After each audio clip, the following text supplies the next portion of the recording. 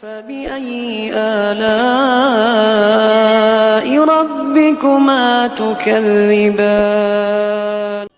کہ ہم نے آج یہ آیت سنی وَلَا تَتَّبِعُوا خُطُوَاتِ الشَّيْطَانِ، فرمایا دیکھو شیطان کے پیچھے مت لگو، شیطان کے پیچھے شیطان کی پیروی مت کرو، اِنَّهُ لَكُمْ عَدُوٌّ مُّبِينٌ، بے شک شیطان انسان کا کھلا ہوا دشمن ہے۔ شیطان کی پیروی کرنا گویا کہ اپنے دشمن کی بات کو ماننا ہے، کہ ہم دشمن کی بات مانے گا؟ کبھی نہیں مانے گا۔ اس لیے فرمایا شیطان کی پیروی کا یعنی شیطان حرام مال کمانے کا، حرام مال کھانے کا، اللہ کے حکموں کو توڑنے کا شیطان حکم دیتا ہے، تو اس کی مت مانو۔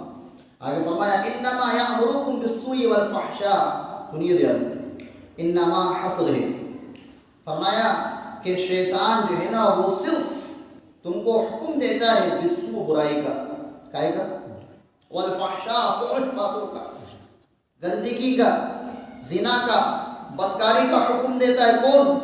شیطان۔ یہاں بڑی اہم بات آپ سے کہوں گا، انما یامرکم بالسوء، ہم اور آپ سے جو بھی برائی کا کہہ رہا ہے، چلو یار نماز نہیں دو، آج چھوڑو، چلو قرآن بعد میں پڑھ لیں، یار چلو ایگزام میری پی لیتے ہیں، تم نہیں فیل ہو یار، چلو تھوڑا سا نگاہ کا گناہ کر کے آتے ہیں، کالج گھوم کے آتے ہیں۔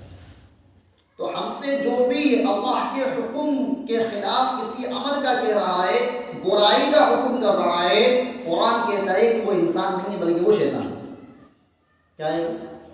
شیطان ہے وہ۔ شیطان کا مطلب یہ تھوڑی ہے کہ باقاعدہ وہ آئے گا اپنی شکل کے اندر، جو اس کو شکل دی ہے اللہ نے، اس شکل میں آپ سے آگے کہے گا کہ برائی کر لے، نہیں، وہ آئے گا انسان ہی کی شکل میں اور گمراہ کرے گا انسان ہی کے طریقے سے۔ شیخ نجدی واقعہ لمبا ہو جائے گا، اللہ کے نبی محمد مصطفیٰ صلی اللہ علیہ وسلم دار الندوہ میں داخل ہوا تھا اور اس نے یہ مشورہ دیا تھا کہ اللہ کے نبی کو نعوذ باللہ کس طریقے سے ختم کیا جائے، تو یہ شیخ نجدی انسانی شکل میں آیا تھا وہاں پہ۔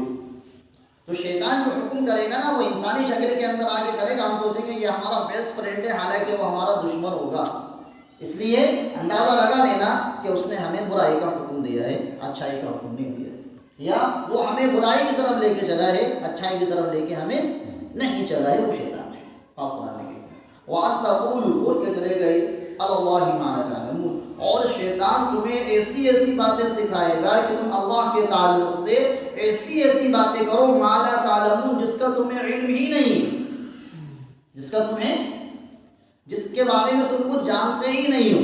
جیسے یہود نے وقالت الیہود عزیر ابن اللہ، عزیر کو اللہ کا بیٹا کہہ دیا، نصارہ نے، عیسائیوں نے حضرت عیسیٰ علیہ السلام کو اللہ کا بیٹا کہہ دیا، مریم کو خدا کہہ دیا، مشرکین مکہ نے فرشتوں کو اللہ کی بیٹیاں کہہ دیا۔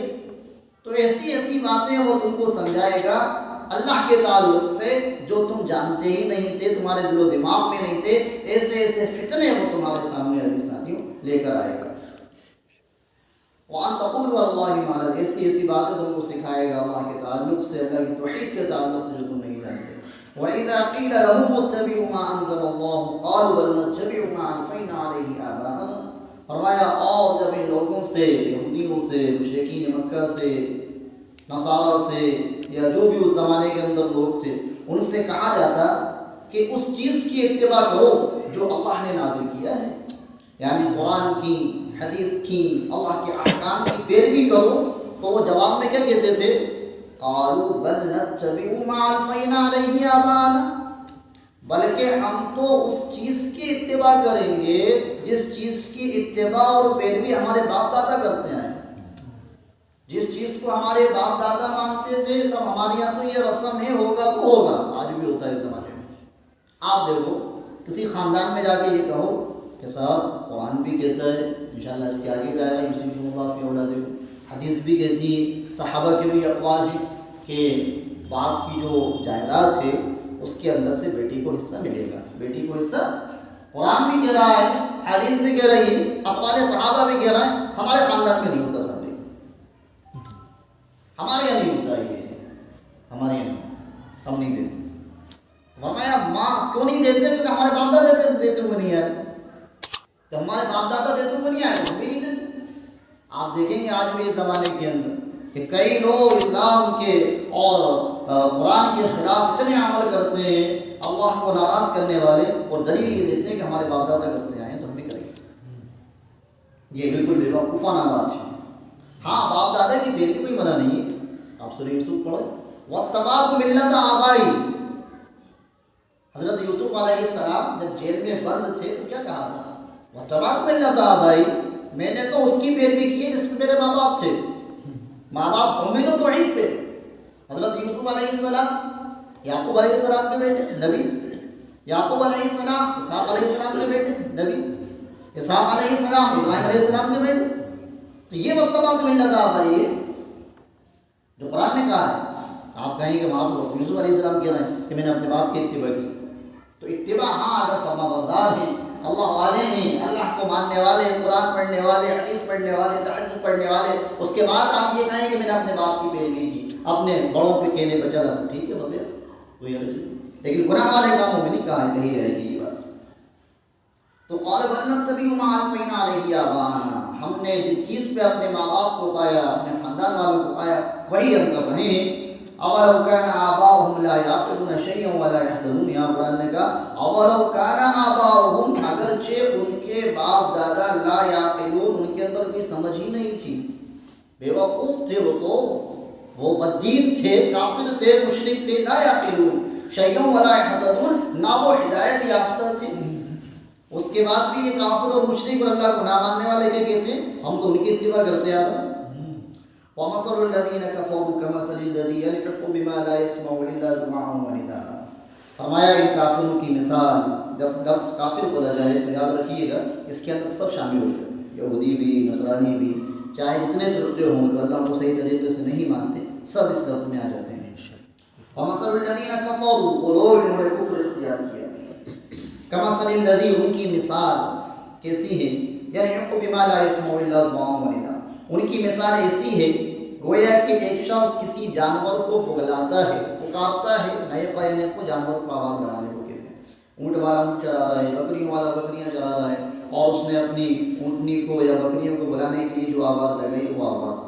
فرمایا جس طریقے سے ایک چرواہا اپنی بکریوں کو, اپنے جانوروں کو جو بھی ہے اس کو پکارتا ہے, بما لا يسمع الا دعاء ونداء, تو وہ جو جانور ہوتے ہیں وہ سوائے اس چرواہے کی چیخ و پکار کے علاوہ کچھ نہیں سمجھتے.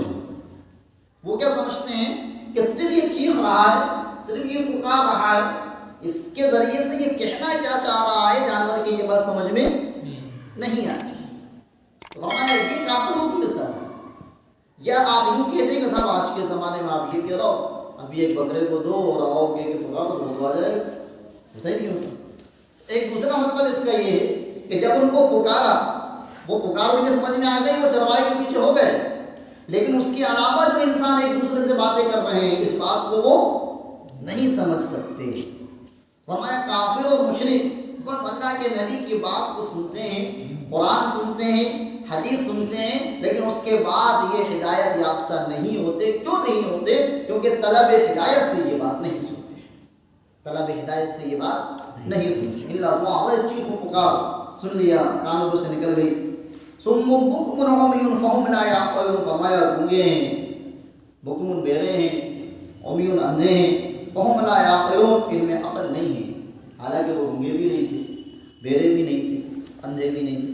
ابو لہب گونگا بہرا اندھا تھا نہیں تھا, ابو جہل گونگا بہرا اندھا تھا, فرعون گونگا بہرا اندھا تھا نہیں. بہترین تسلیم, بالکل صحیح سالم ان کا جسم تھا. یہاں تک کہ ابو لہب کے بارے میں بتاتا ہے اس کا چہرہ تو اتنا رونق اور اتنا خوبصورت چہرہ تھا کہ اس کا نام اصل عبد العزیٰ تھا. کیا نام اس کا تھا؟ عبد العزیٰ نام تھا اس کا. عزیٰ ایک بت کو پوچھتا تھا, اسی پہ اس کا نام عبد العزیٰ رکھ دیا گیا تھا, یہی نام تھا اس کا. لیکن اس کو ابو لہب اس وجہ سے کہتے تھے کہ لہب کہتے ہیں انگارے کو, لہب کہتے ہیں. اس کا چہرہ اتنا خوبصورت تھا, انگارے کی طرح چمکتا تھا. ابو لہب اتنا خوبصورت دیکھنے میں, جسے اپن دیکھیں نا لوگ حیرت پڑ جاتا ہے کتنا خوبصورت آدمی ابو لہب, کہ بتا رہا ہوں میں آپ. لیکن کیا فرمایا جا رہا ہے ان کے بارے میں؟ صم, کہ حق سے گونگے ہیں, حق سے بہرے ہیں, حق سے اندھے ہیں, حق نہیں دکھتا ہے ان کو. عزیز ساتھی, دیکھ بھی سکتے ہیں, سن بھی سکتے ہیں, بول بھی سکتے ہیں, لیکن جو ہدایت کی آنکھیں ہوتی ہیں, جو انسان اپنی طلب کی نگاہوں سے دیکھتا ہے, اپنی اصلاح کی نگاہ سے دیکھتا ہے, اس نگاہ سے یہ نہیں دیکھ سکتے. فہم لا یعقلون, ان کے اندر عقل نہیں ہے, سمجھ نہیں. اس وجہ سے میں بار بار کہتا ہوں کہ اصل عالم اور اصل عقل والا, اصل سمجھدار وہی ہے جو اللہ کو رب مانتا ہے. اصل عاقل سمجھدار ٹیلنٹڈ وہی ہے چاہے اس کے پاس دنیا کا کوئی علم نہیں، جس کے بعد دنیا کے سارے علم ہیں، سارے علم پہچانتا ہو، اپنے اللہ کو نہ پہچانتا ہو، تو وہ قرآن کی روح سے ہو جائے گا، وہ عقل مند نہیں ہے، ہم لا یعقلون فرمایا۔